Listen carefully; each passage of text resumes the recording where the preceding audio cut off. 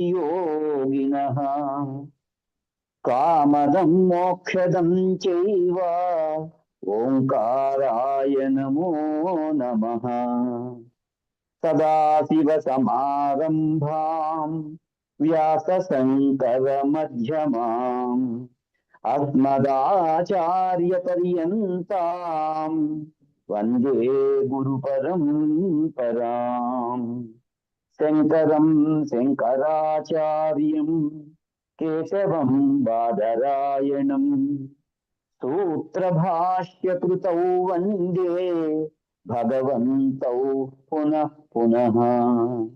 ध्यानमूलं गुरोर्मूर्तिः पूजामूलं गुरोः पदम् मंत्रमूलं गुरोर्वाक्यं मोक्षमूलं गुरो कृपा। हरि ओम। शं नो मित्रः शं वरुणः शं नो भवत्पर्यमा शं न इंद्रो बृहस्पतिः शं नो विष्णुरुक्रमः। नमो ब्रह्मणे नमस्ते वायो त्वमेव प्रत्यक्षं ब्रह्मासि त्वामेव प्रत्यक्षं ब्रह्म वदिष्यामि ऋतं वदिष्यामि सत्यं वदिष्यामि तन्मामवतु तद्वक्तारमवतु अवतु माम् अवतु वक्तारम्। ओम शांति शांति शांति। ओम सहनाववतु सहनौ भुनक्तु सह वीर्यं करवावहै तेजस्विनावधीतमस्तु मा विद्विषावहै। ओम शांति शांति शांति। हरि ఓం। గురువు గారిని మహానారాయణ ఉపనిషత్తుని కొనసాగించవలసిందిగా వినమ్రంగా వేడుకుంటున్నాను.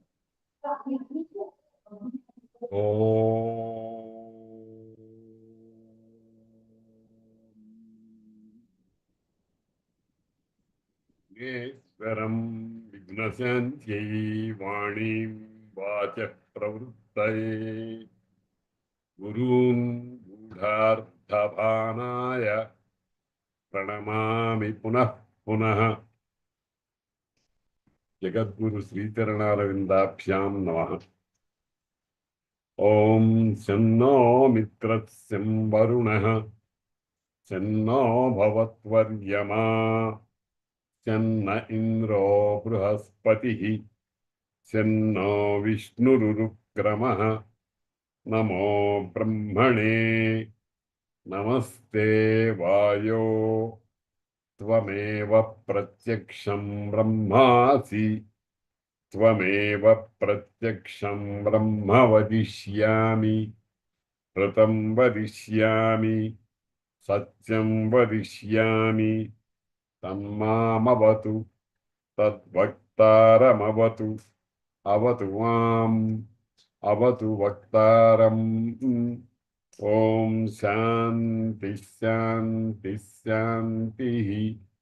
ఓం సహనావవతు సహనౌ భునక్తు సహ వీర్యం కరవావహై తేజస్వినావధీతమస్తు మా విద్విషావహై.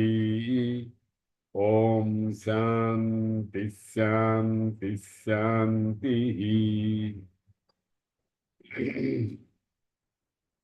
ఓం పాహి నో అగ్న ఏనసే స్వాహా పాహి నో విశ్వవేదసే స్వాహా యజ్ఞం పాహి విభావసో స్వాహా సర్వం పాహి శతక్రతో స్వాహా.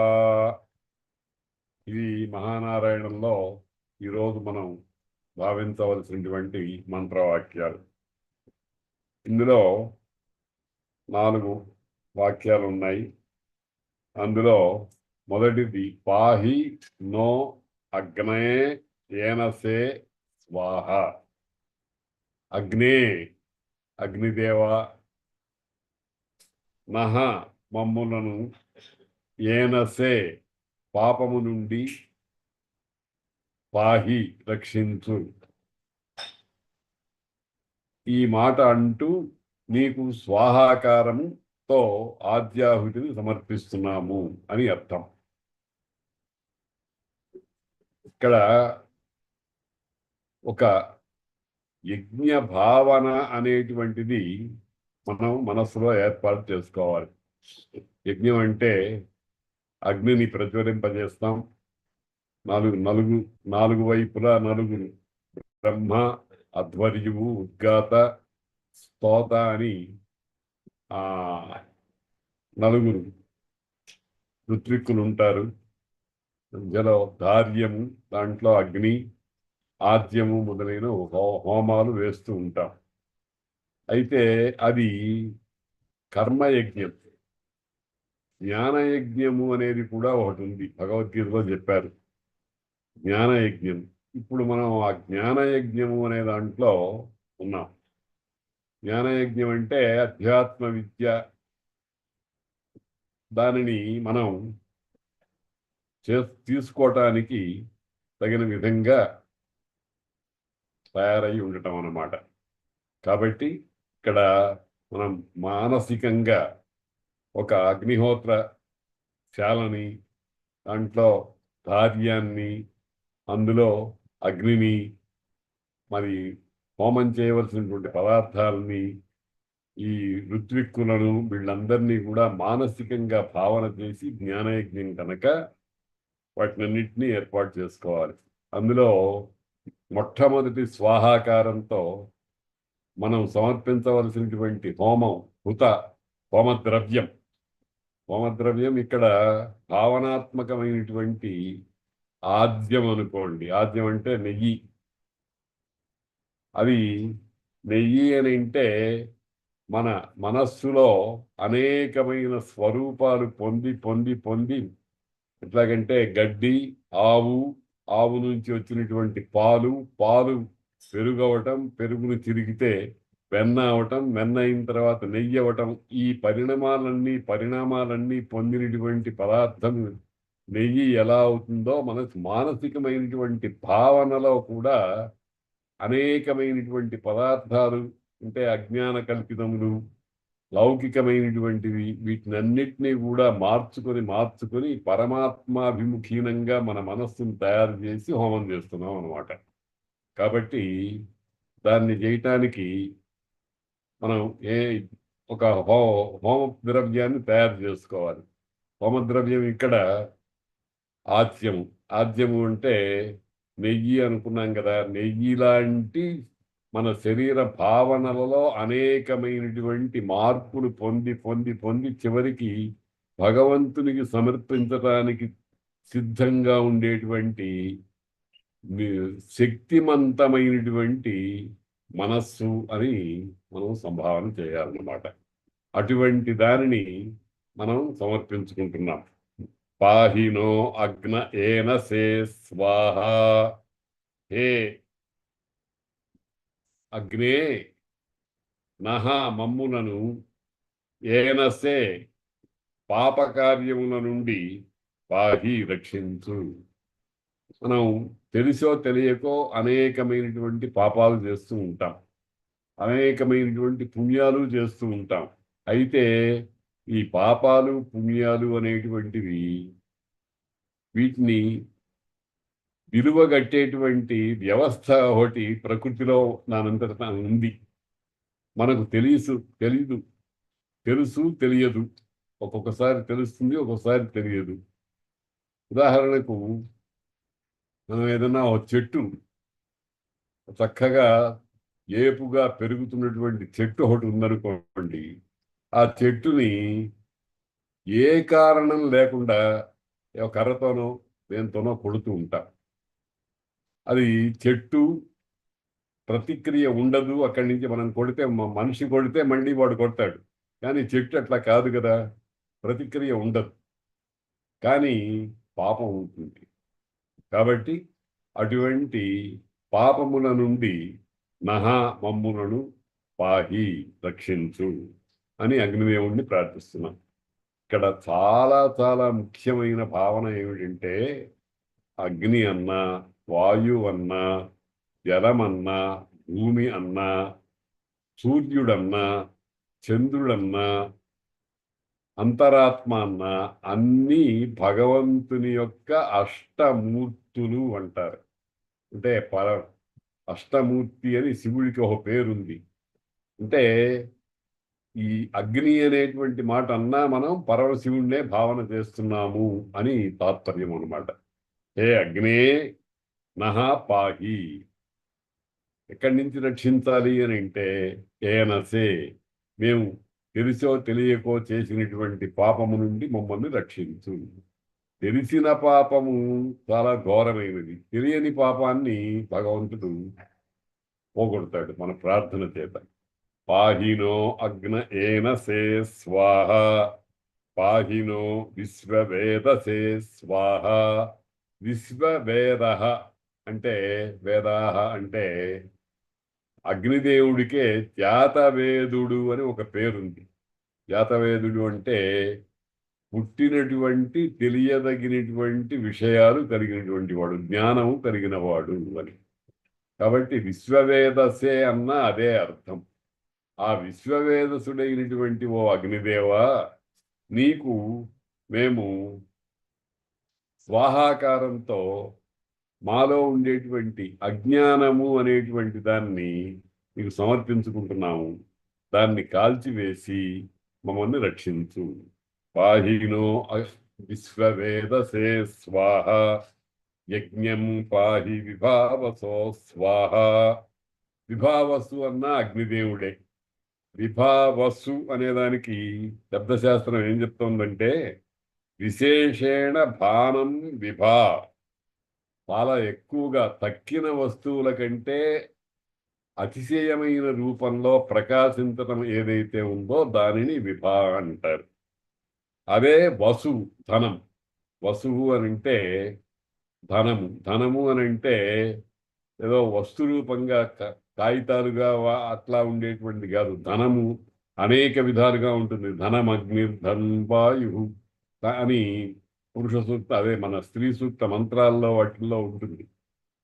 ఆ అటువంటి వసువు ధనము. విభా విశేషంగా ప్రకాశించటము అనేటువంటిదే వసువుగా కలిగినటువంటి వాడు, ధనముగా కలిగిన వాడు. ధనము అంటే మరొకసారి అనుకుందాము, కాగితాల రూపంలో నాణ్యాల రూపంలో ఉండేటువంటిది మాత్రమే కాదు కాదు. ఒకప్పుడు విరాట్ రాజు కొలువులో దుర్యోధనుడు మొదలైన వాళ్ళు విరాట్ రాజు రాజ్యంలో గోవుల్ని హరించారు. గోవులు అంటే ఆవులు. అదే ధనము. ఆ రోజుల్లో గోవులే ధనము. ఆ రకంగా ధనము కానిదంటూ మానవుడికి ఉపయోగపడేటువంటిది ధనము కానిదంటూ ఏమీ లేదు.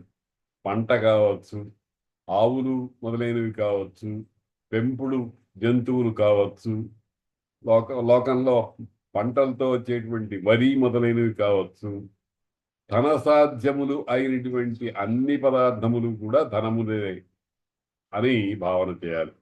అటువంటి విశేషముగా ప్రకాశమానమయ్యేటువంటి ఆ శక్తియే వసువుగా కలిగిన వాడు, అంటే ధనముగా కలిగిన వాడు అగ్నిదేవుడు. కాబట్టి ఓ విభావసో, మా యజ్ఞాన్ని నీవు రక్షించు. మా యజ్ఞము, మేము చేసేటువంటి యజ్ఞము, ఒక విధంగా చెప్పాలంటే మానవ జీవితము అంతా కూడా ఒక విధమైనటువంటి యజ్ఞముగా తయారవ్వాలి, యజ్ఞముగా చేసుకోవాలి. ఏ పని చేసినా అది యజ్ఞమే. యజ్ఞత్ కర్మ కరోమి తత్తదఖిలం శంభో తవారాధనం అని ఒక శ్లోకం ఉంది. ఏ ఏ పని చేసినా కానీ శంభో అది నీ ఆరాధన రూపంలో అవుతుంది అని అన్నారు. అంటే అటు కాళ్ళు ఇటు అటు తిరుగుతున్నాం అనుకోండి, ఇది ప్రదక్షిణంగా భావించండి అన్నారు. నోట్లో నుంచి ఏదన్నా మాట్లాడుతాం అనుకోండి, అది మంత్రంలాగా భావించండి అని అన్నారు. ఈ రకంగా ఏం చేసినా ఇది భగవదర్పణ బుద్ధితో చేస్తున్నది అనేటువంటి భావనతో చేస్తే అన్నం తింటుంటే అది భగవత్ ప్రసాదం తింటున్నాము అని అట్లా చేస్తే అదంతా యజ్ఞం అవుతుంది. మామూలుగా యజ్ఞాలు ద్రవ్యయజ్ఞ, తపోయజ్ఞ, స్వాధ్యాయ జ్ఞాన యజ్ఞాశ్చ అని భగవద్గీతలో చెప్పినటువంటి ఆ యజ్ఞాలన్నీ ఉన్నాయి. జీవితంలో ప్రతి కదలిక కూడా యజ్ఞంలో ఒక భాగమే అనేటువంటి దృష్టితో మనం చేయాలి. దాంట్లో ఒక గొప్ప ప్రయోజనం కూడా ఉంది. మనకు తెలిసి ఇది యజ్ఞము అనేటువంటి భావన కనుక ఉన్నట్టయితే మనం పొరపాటు చెయ్యం, ఆషామాషిగా చెయ్యం. ఇప్పుడు ఉదాహరణకు గుళ్ళోకి వెళ్తున్నాం అనుకోండి, గుళ్ళోకి వెళ్ళేదాకా గుడి ప్రాకారం దాకా చెప్పులతో వెళ్తాం. గుడి లోపలికి వెళ్ళాలి అంటే చెప్పుల్ని బయట వదిలిపెట్టేస్తున్నాం. ఇది కూడా ఒక సంకేతమే. చెప్పుల్ని బయట వదిలిపెట్టడం అంటే అర్థం ఏమిటంటే, దుష్టమైనటువంటి మనకు పనికి వస్తున్నా కానీ భగవంతుడికి సమర్పించడానికి వీలు లేదు అని లౌకికమైనటువంటి దృష్టాంతాల ద్వారా వదిలిపెట్టేసేటువంటిది ఏవైతే ఉన్నాయో అవి చెప్పులకి సంకేతం అన్నమాట. కాబట్టి ఇది యజ్ఞం. గుళ్ళోకి వెళ్ళటం ఒక యజ్ఞం. ఆ యజ్ఞము అనేది సంరక్షించాలి. భగవంతుడు సంరక్షిస్తే గాని మనం ఏం చేయలేము. ఏ పని చేసినా భగవద్ అనుగ్రహం ఉంటే తప్ప మనం ఏమీ సాధ్యం కాదు. ఇంట్లో మనం ఏమనుకుంటున్నామంటే మనం చేసే పనులన్నీ మన తెలివితేటల చేతనే, మన ప్రతిభ చేతనే కలుగుతున్నాయని అనుకుంటున్నాం. కాదు, భగవంతుడు అక్కడ మన చేత ఆ పని చేయిస్తున్నాడు.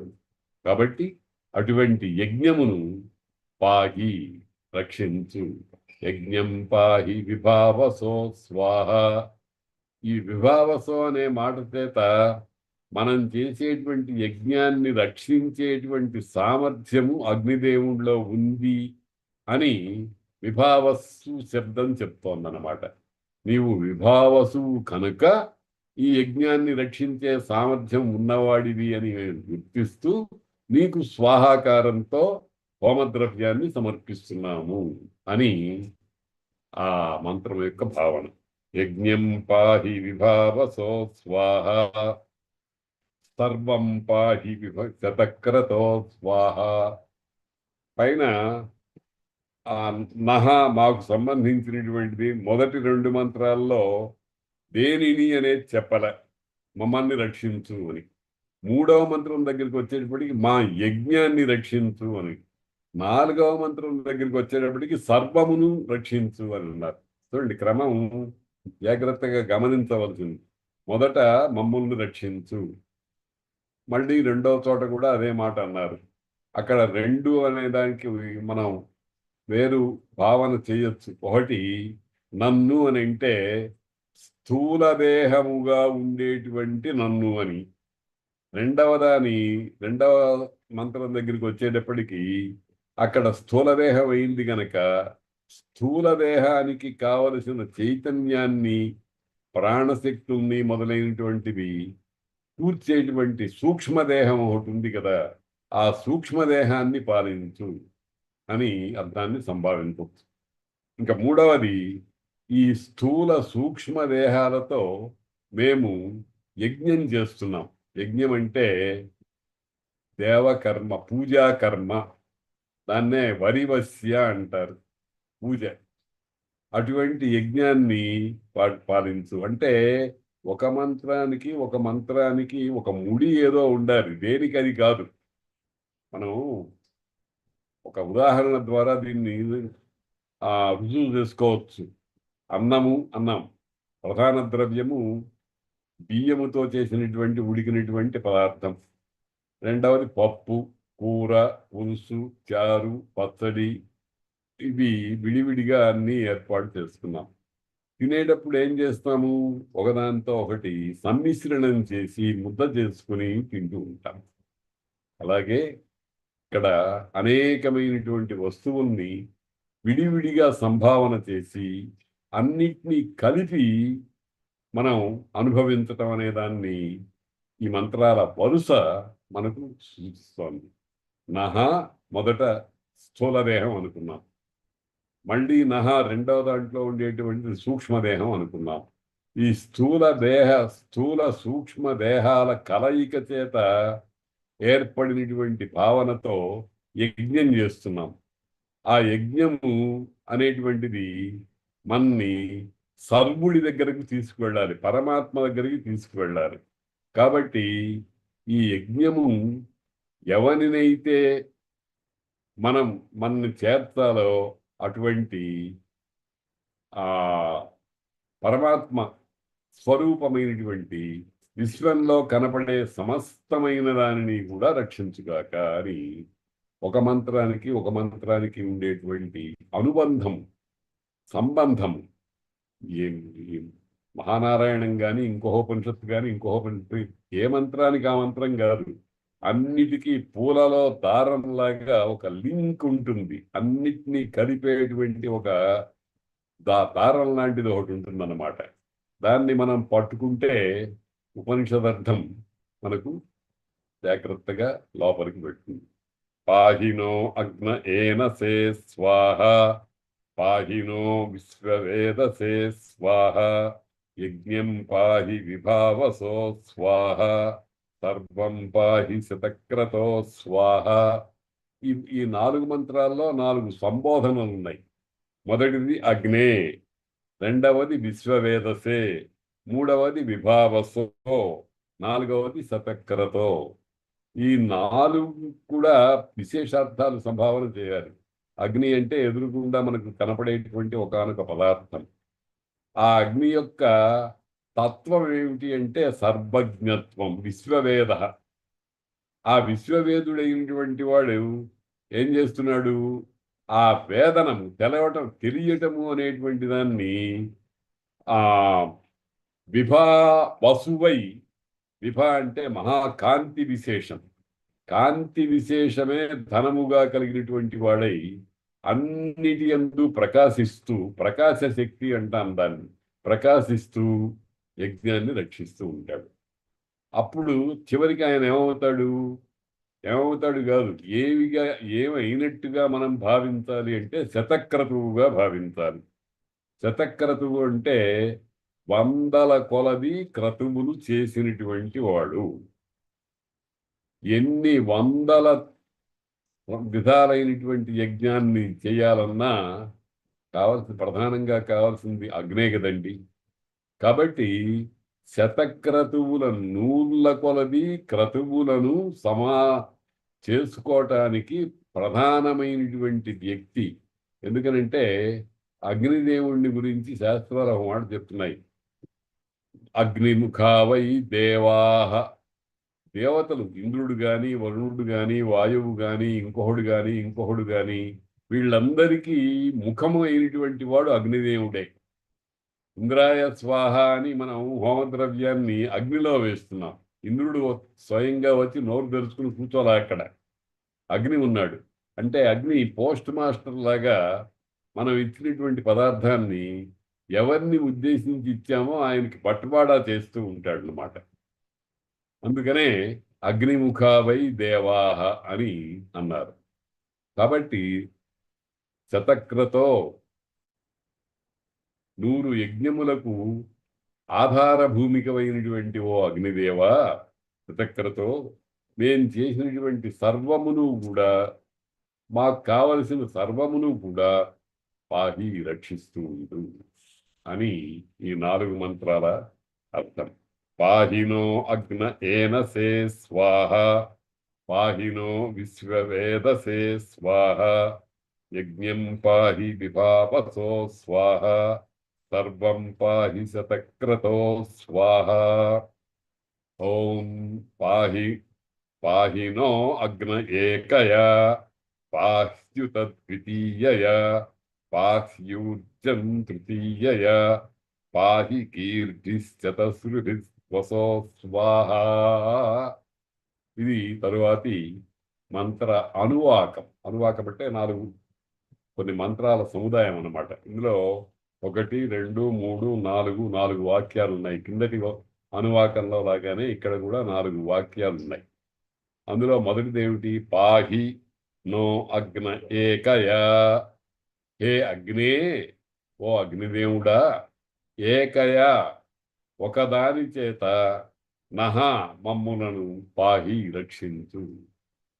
పాహినో అగ్న ఏకయ. ఇక్కడ మంత్రము చాలా విశేషంగా ఆ ఏక ఏమిటి అనేటువంటి దానిని చెప్పకుండా కొంచెం గుంభనగా ఉంటుంది. పాహినో అగ్న ఏకయ.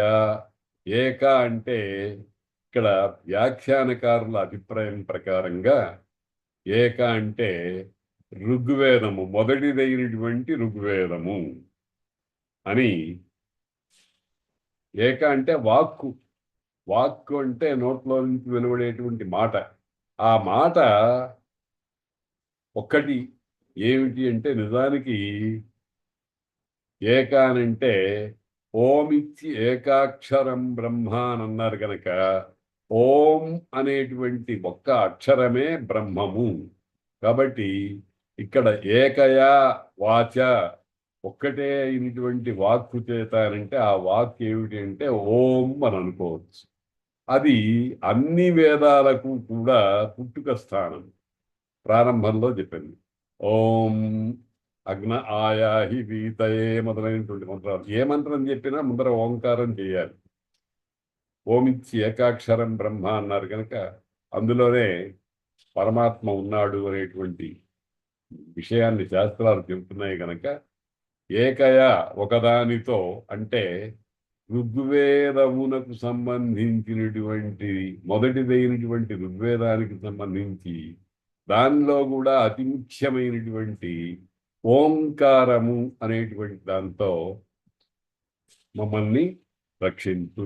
పాహినో అగ్న ఏకయా పాహ్యుత ద్వితీయయా. ఉత ఇంకా ద్వితీయ రెండవ దాని చేత. ద్వితీయ అంటే రెండవది. రెండవది ఏమిటి? ఋగ్వేదం తర్వాత రెండవది యజుర్వేదం. యజుర్వేదము అనేటువంటి దానికి తస్య యజురేవ శిరః అని యజుర్వేదము శిరస్థానీయము అన్నారు. దానికి వ్యాఖ్యానకారులు ఏం చెప్పారంటే శిరస్త్వం చ, శిరస్థానం అంటే అర్థం ఏమిటంటే యజ్ఞయాగాదులలో యజుర్వేద మంత్రాలతోనే హోమాధికం సమర్పించడం అనేది సంభవిస్తుందని కనుక దానికి యజుర్వేదానికి ప్రాధాన్యం వచ్చింది అని వ్యాఖ్యానకారులు చెప్పారు. పాక్షి ఉత ద్వితీయ. కాబట్టి రెండవదైనటువంటి యజుర్వేదము అనేటువంటి దానితో నీవు మమ్మల్ని రక్షించు. అంటే యజుర్వేద మంత్రములలో చెప్పినటువంటి వాక్యాల ద్వారా నీకు హోమం సమర్పిస్తూ ఉన్నప్పుడు ఈ సమర్పించేటువంటి హోమ పదార్థం ద్వారా ఆ సమర్పించడానికి ఉపయోగించినటువంటి మంత్ర వాక్యం ద్వారా మా మనస్సు అనేటువంటి దాన్ని మిడిపెట్టి నీకు సమర్పిస్తున్నాము. కాబట్టి మమ్మల్ని రక్షించు. ఓం ఓం పాహ్యుత ద్వితీయ పాహ్యూర్జం తృతీయ. మూడవది సామవేదం. సామవేదము అనేటువంటిది గేయాత్మకమైనటువంటి మంత్రవాక్యాన్ని సామము అంటారు. భగవంతుడు భగవద్గీతలో నేను వేదానాం సామవేదోస్మి అని అన్నాడు.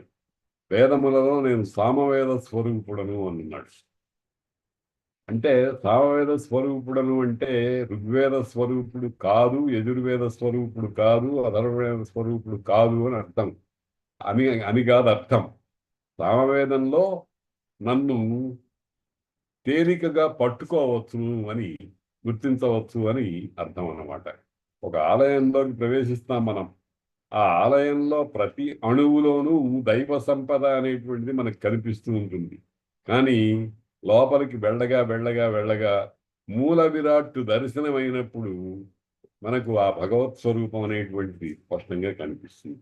ఇక్కడ కూడా ఋగ్వేదము, యజుర్వేదము, సామవేదము, అథర్వణ వేదము అనేటువంటి వాటి విషయంలో కూడా అంతే. పరమాత్మ లక్షణం అనేటువంటిది ఇప్పుడు మనం చెప్పుకున్నటువంటి పోలిక ద్వారా ఏమిటి? గుడిలో ఉండేటువంటి లింగము అనేటువంటి వాటిని గుడి అనుకున్నటువంటి దాంట్లో మొట్టమొదట అడుగు పెట్టిన దగ్గర నుంచి మనం సాక్షాత్తు అక్కడ ఉండేటువంటి విగ్రహంలో ఉండేటువంటి చైతన్యాన్ని దర్శించేంత వరకు ప్రతిదీ దైవ స్వరూపమే. అందుకనే దేవ ఆలయము అంటారు. కనుక పాహ్యుత తృతీయ పాహ్యూర్జం తృతీయ పాహి ఊర్జం తృతీయ. ఊర్జ అంటే శక్తి, సారము, ఏదైనా ఒక పదార్థంలో ఉండేటువంటి అత్యంతము గ్రహించవలసినటువంటి దేనివల్ల మన దేహంలో ఉండేటువంటి అవయవాలన్నీ శక్తిమంతములవుతాయో అటువంటి దాన్ని ఊర్జము అంటారు. అంటే అన్న రసము అని అనుకుందాం ప్రస్తుతానికి. అన్నము పదార్థాలు, ఆ పదార్థాలన్నీ మనం తిన్న తర్వాత లోపలికి వెళ్ళి జీర్ణమై అందులో ఒక్కొక్క శక్తి ఒక్కొక్క విధమైనటువంటి ధాతువుని పుష్టం చేస్తూ ఉంటుంది. ధాతువులు ఉన్నాయి అని అనుకున్నాం మనం. రక్తము, మాంసము, చర్మము, అస్థి, వస మొదలైనటువంటివి, శుక్లము మొదలైనటువంటివి. ఈ మనం తినేటువంటి ఆహార పదార్థము 7 విధాలుగా విభక్తమునై దాంట్లో ఉండేటువంటి సారమంతా కూడా లోపల ఉండేటువంటి గూఢంగా మనకి పై కనపడకుండా ఉండేటువంటి ధాతువులను, అంటే ఎముకలు, తర్వాత రక్తనాళాలు మొదలైనటువంటి వాటినన్నిటినీ కూడా పుష్టం చేస్తూ ఉంటాయి. అలా పుష్టం చేసేటువంటి పదార్థము ఊర్జము అని అంటారు. బాహ్యూర్జం తృతీయ. సామవేదము తృతీయ అంటే ఇక్కడ మూడవదైనటువంటి వాక్కు మామూలుగా మనకు తెలిసిన వాటిల్లో సామవేదము. ఆ సామవేదము అనేటువంటి దాంట్లో దాని చేత మాలో ఉండేటువంటి మేము అనుభవించినటువంటి జ్ఞానం అనే అన్నం కానీ, లేకపోతే భౌతికమైనటువంటి అన్నం కానీ, మరొకటి కానీ అది పుష్టము కావాలి. అది నీ అనుగ్రహం చేతనే కలుగుతుంది. కాబట్టి పాహి, మమ్మల్ని రక్షించు. పాహ్యూర్జం తృతీయ పాహి కీర్భిశ్చతశ్రుభిస్వా వసో స్వాహ. వసో, వసు అంటే నిజానికి వస్ శబ్దానికి ఉండునది అని అర్థం. ఉండటం అంటే ఏదో ఒక కాలంలో, ఏదో ఒక దేశంలో, ఏదో ఒక విధంగా ఉండటం కాదు. సర్వకాల సర్వావస్థలలో ఏకరూపంగా, క్షతి లేకుండా, వృద్ధి లేకుండా ఏకాకారంగా ఉండేది. దాన్నే ఇంకొక శబ్దం చేత వ్యవహరిస్తూ ఉంటుంది వేదాంతం. దాన్నే సత్యము అని అంటారు. వసు అంటే వస్, ఉండేది. సత్ అనే ధాతువు కూడా అదే అర్థము, అసధాతువు. ఆ సత్యము అనే దాంట్లో ధాతువు అస్, వసు అనే దాంట్లో ధాతువు వస్. రెండింటికి అర్థం ఒకటే, ఉండుట. ఉండుట అంటే కాలికంగానో దేశికంగానో ఉండటం కాదు, సర్వకాల సర్వావస్థల్లో ఉండటం. కాబట్టి వసో అంటే పరమాత్మ. మా గీర్భి చతస్రుభి గీర్భి. చతస్రుభి నాలుగు విధములైనటువంటి, 4 విధములు అని అంటే ఇప్పుడు ఋగ్వేదము, యజుర్వేదము, సామవేదము, అథర్వణ వేదము ఇవి కావచ్చు. లేకపోతే మన శరీరంలో నుంచి వాక్కు పుట్టినప్పుడు పర, పశ్యంతి, మధ్యమ, వైఖరి అని 4 విధాలుగా వాక్కులు వస్తున్నాయని, ఇదే పరమాత్మ స్వరూపం అని చెప్పేటువంటి ఒక సిద్ధాంతం ఉంది. అది కాదు అని అనక్కర్లేదు, కానీ అది దాన్ని మనం గ్రహించు. కాబట్టి చతస్రుభి, 4 చేత. ఏమిటి ఆ 4 అంటే గీర్భి, వాక్కుల చేత. గీహి వాక్ అనేటువంటిది ఇప్పుడు చెప్పుకున్నాం. వేద రూపంలో మనకు బయట బాహ్యంలో, అంటే మన శరీరం కంటే వేరుగా మనకు 4 రకాలైనటువంటి వాక్కులు సిద్ధమై ఉన్నాయి. ఋగ్వేదము, యజుర్వేదము, సామవేదము, అథర్వణ వేదము. ఇక్కడ ఇంకొక విషయం కూడా మనం గమనించాలి. ఈ అన్ని వేదములకు ఆద్యమైనది ఓంకారం, ప్రణవం. అది గ్రహించక తప్పదనమాట. కాబట్టి ఆ 4. ఇంకా రెండవది ఏమిటంటే లోపల ఉండేటువంటి వాక్కు, మన దేహం లోపల ఉండేది. సర్వప్రాణులకు ఏదో ఒక రకమైనటువంటి వాక్కు ఉంది. ఆవు ఒక రకంగా అరుస్తుంది, పాము ఒక రకంగా బుసగొడుతుంది, లేళ్ళు మొదలైనటువంటివి, చిలుకలు మొదలైనవి, కోకిలలు మొదలైనవి వాటి నాదాన్ని బయటికి వెలువరిస్తున్నాయి. ఇదంతా భగవత్ స్వరూపమే, పరమాత్మ స్వరూపమే. అందుకని అటువంటి శతశృభి వాగ్భి గీర్భి 4 విధములైనటువంటి వాక్కులతో. 4 విధములైనటువంటి వాక్కులు అంటే శబ్దశాస్త్రంలో వాక్కులు ఏమిటంటే పర, పశ్యంతి, మధ్యమ, వైఖరి అని. పర అంటే నాభిస్థానంలో ఉండేటువంటిది. అక్కడి నుంచి పైకి ఒక రకమైనటువంటి గాలి పైకి తన్నుకొస్తూ ఉంటుంది. హృదయస్థానం దగ్గరికి వచ్చేటప్పటికి పశ్యంతి, చూస్తూ ఉన్నది అని దానికి అర్థం. అంటే చూడటం అంటే అర్థం ఏమిటనమాట, ఎప్పుడు బయటికి వస్తానా వ్యక్తమై అని అనే తీరులో ఉంటుంది.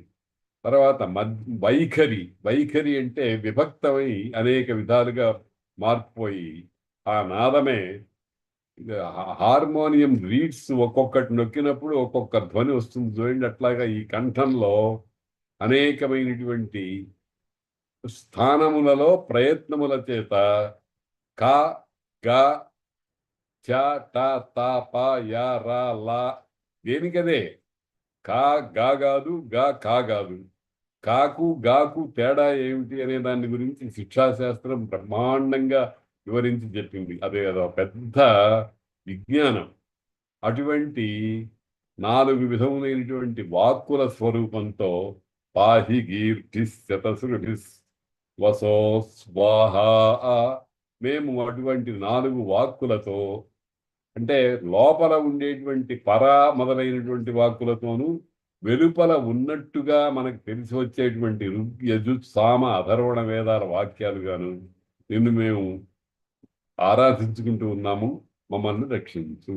పాహ్యూత్యం పాహి గీర్భిస్ శతశృభిస్ వసో స్వాహ అని ఈ 4 మంత్రాలు చెప్తున్నాయి.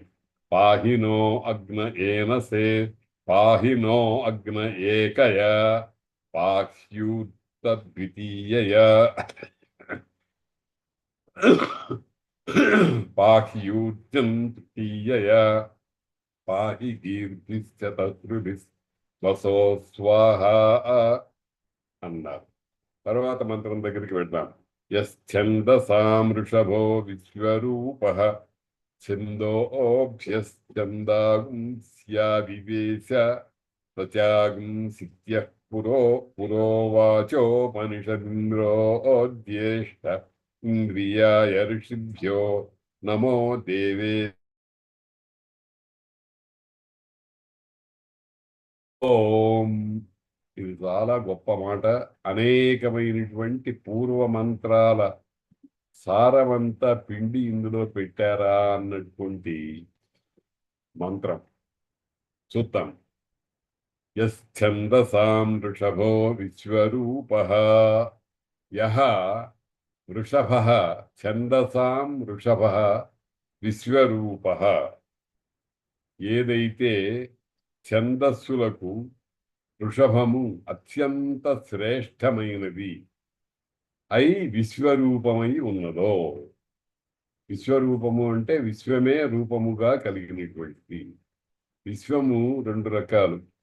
ఒకటి బాహ్య ప్రపంచంలో 14 లోకాల పైన ఉండేటువంటి దాన్ని విశ్వము అని అంటాం. లోపల అనేకమైనటువంటి వాగ్రూపాల్లో ఉండేటువంటి శబ్ద బ్రహ్మాత్మకమైనటువంటిది కూడా విశ్వమే. కాబట్టి అటువంటి విశ్వరూపః ఛందసాం వృషభః, అటువంటి దాని ఏదైతే ఉందో దానికి మేము నమస్కారం చేస్తాము అని ఈ వాక్యానికి అర్థం. యశ్చందసాం వృషభో విశ్వరూపః, ఛందస్సులకు వృషభమైనటువంటి విశ్వరూపమైనది ఏమిటండి అంటే ఓంకారమైనది.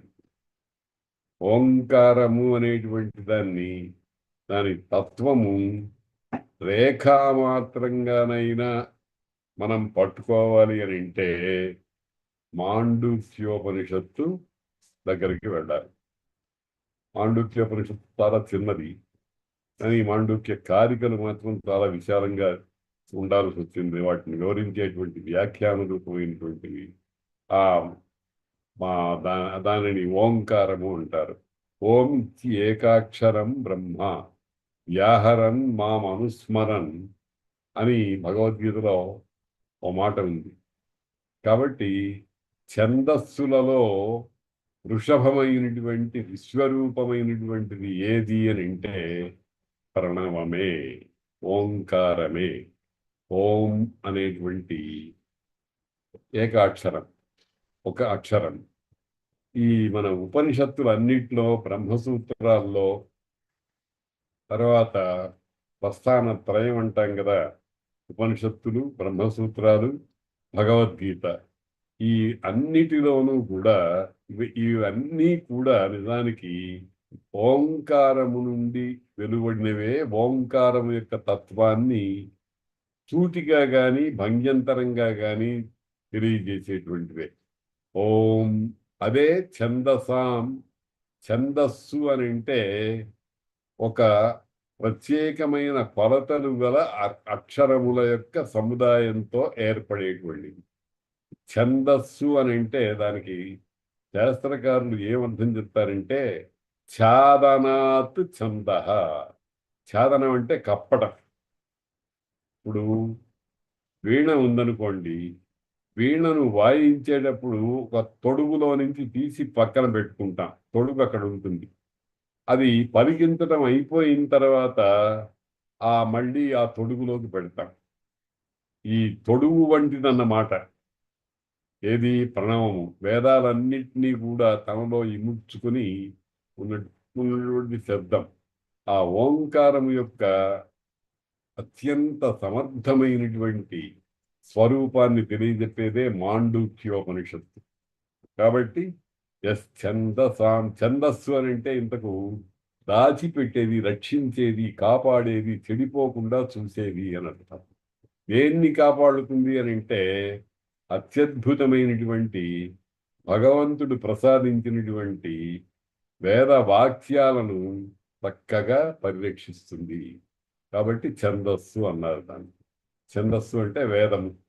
ఛందస్సు అంటే మీటర్, అంటే ఉత్పలమాల, చెంపకమాల, అనుష్టుప్పు, త్రిష్టుప్పు, గాయత్రి మొదలైనటువంటి పేర్లతో 26 రకాలైనటువంటి ఛందస్సులు ఛందశాస్త్రంలో ఉన్నాయి. ఛందశాస్త్రం అనేటువంటిది వేద అంగములలో ఒకటి. వేదమునకు సంబంధించినటువంటి అంగము. అంగాని వేదాశ్చత్వారు అని అంగములు 6, వేదములు 4 అని అన్నారు. వేదాంగములు అని అంటే వేదమునకు సంబంధించినటువంటి అవయవాలు అని అంటే వేదంలో భాగమే. మనకి చెయ్యి, కాలు, ముక్కు మొదలైనవి అవయవాలు అంటున్నాం. అవన్నీ కలిపితేనే మనం.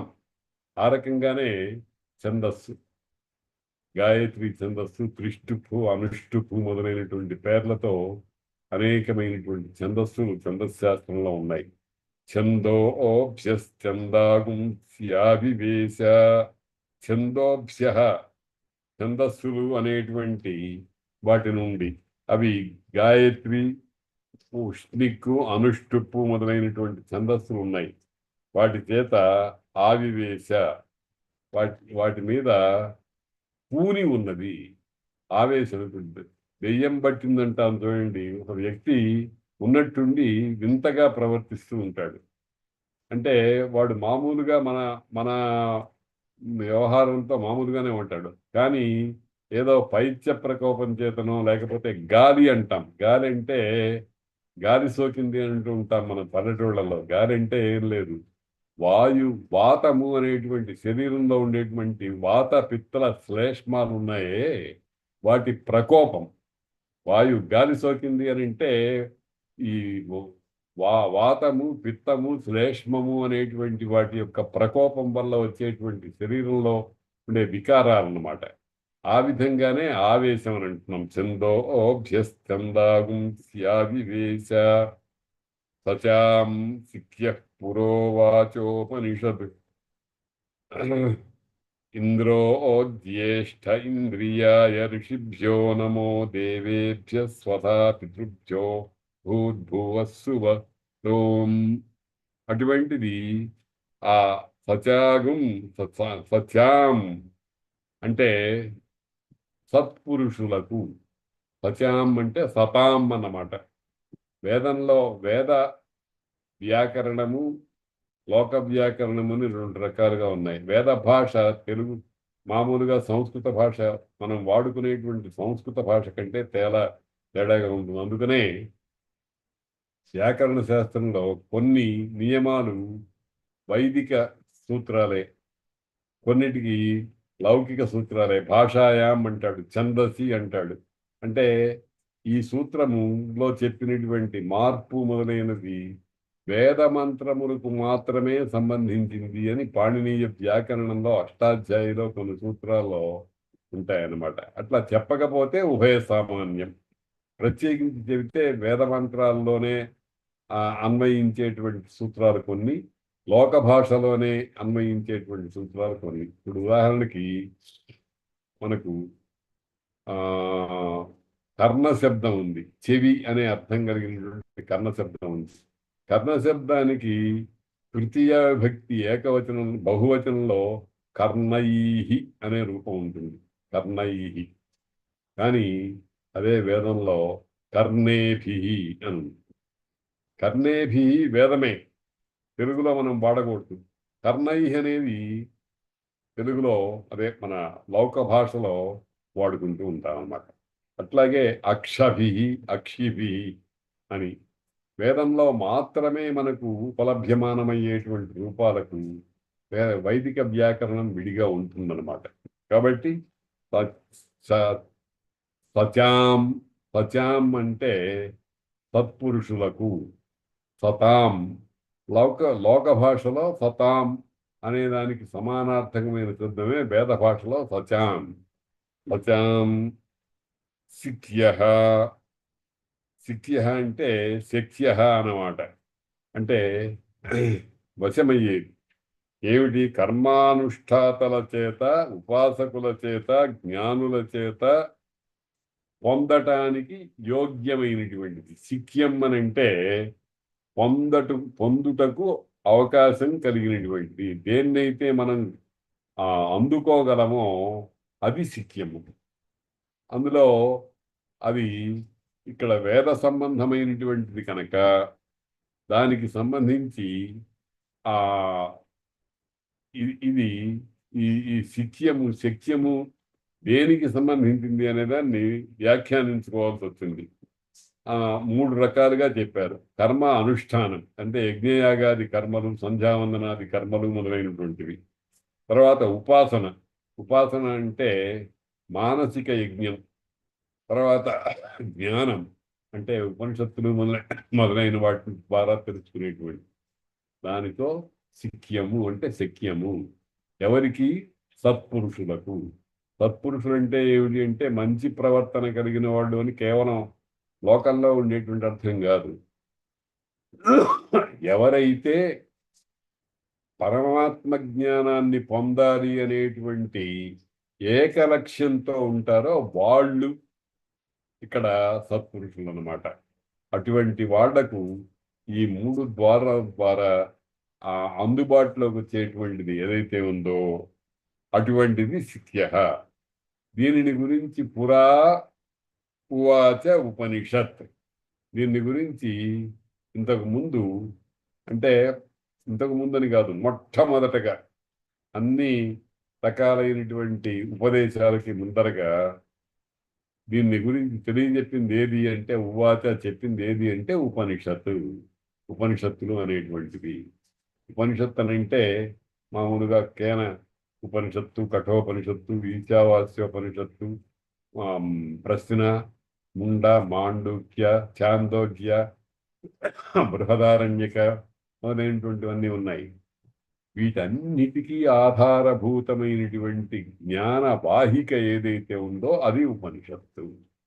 దేనిని దగ్గర కూర్చొని సమీపమునందు నీ అంటే నిష్ఠతో షద్ కూర్చుని నేర్చుకోవాలో దానిని ఉపనిషత్తు అంటారనమాట.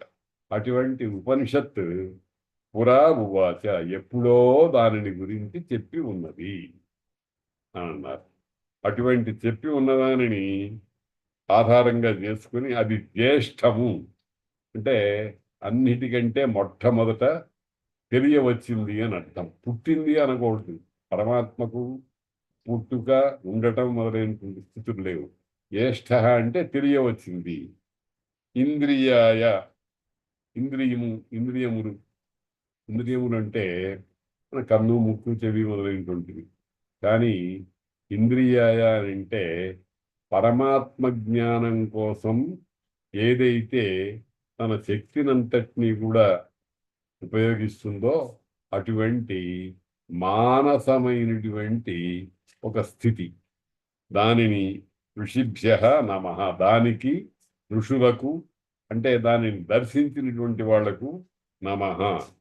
దేవేభ్య నమః, దేవేభ్య దేవతలకు సంబంధించి నమస్కారాన్నే స్వధ అనే శబ్దంతో నమస్కారంతో చెప్తారు. స్వధ పితృభ్య, పితృదేవతలు అనే వాళ్ళు ఉన్నారు, వాళ్ళకి స్వధాకారంతో కృతజ్ఞతా నివేదనం చేస్తూ ఉంటారు. భూర్భువస్సువశ్చంద ఓం, భూహు భువః సువః ఛందః ఇవన్నీ కూడా ఓంకారమే. ఓం అంటే ప్రణవమే, ప్రణవం అంటే పరమాత్మయే. పరమాత్మ అంటే దేనికోసం సర్వజీవరాశి ప్రయత్నం చేస్తుందో, దేనికి ఏది సత్యమో, ఏది జ్ఞానమో, ఏది అనంత